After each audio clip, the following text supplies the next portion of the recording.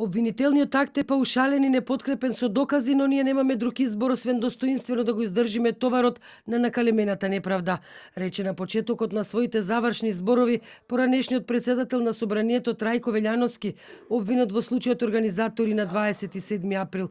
Тој уште кажа дека на 27 април 2017 година ниту знаел, ниту изготвил некаков план за упад во Собранието и дека е лага дека интензивно контактирал со обвинетите Јанакиевски, Ристовски и Атанасовски. Odgovorno tvrdo, kako što go kaža ne Trajko sam, i svedocite, Oliver Spasović, Talat Džafer, Zoran Zajev, Ivan Stoliković, Ilija Divučki, Antonio Miloševski, Vladimir Đorđev i drugi poranešni i сегашни пратеници, дека никогаш пред 27 април и после 27 април не е имплементиран, ниту е прифатен од било кој председател на Собрание, не само Трајко Велјановски.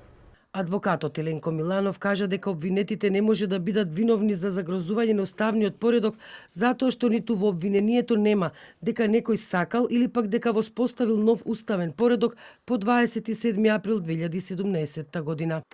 Не постои деловничка попрекршување кај господинот Трајко Велјановски.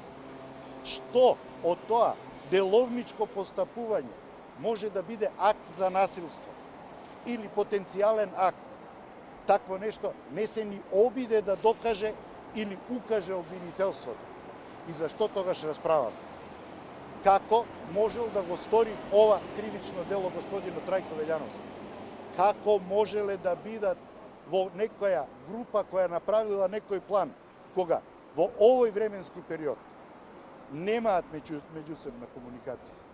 Одбраната најави дека ќе бара ослободителна пресуда. Следното рочиште е закажано за 12 јули.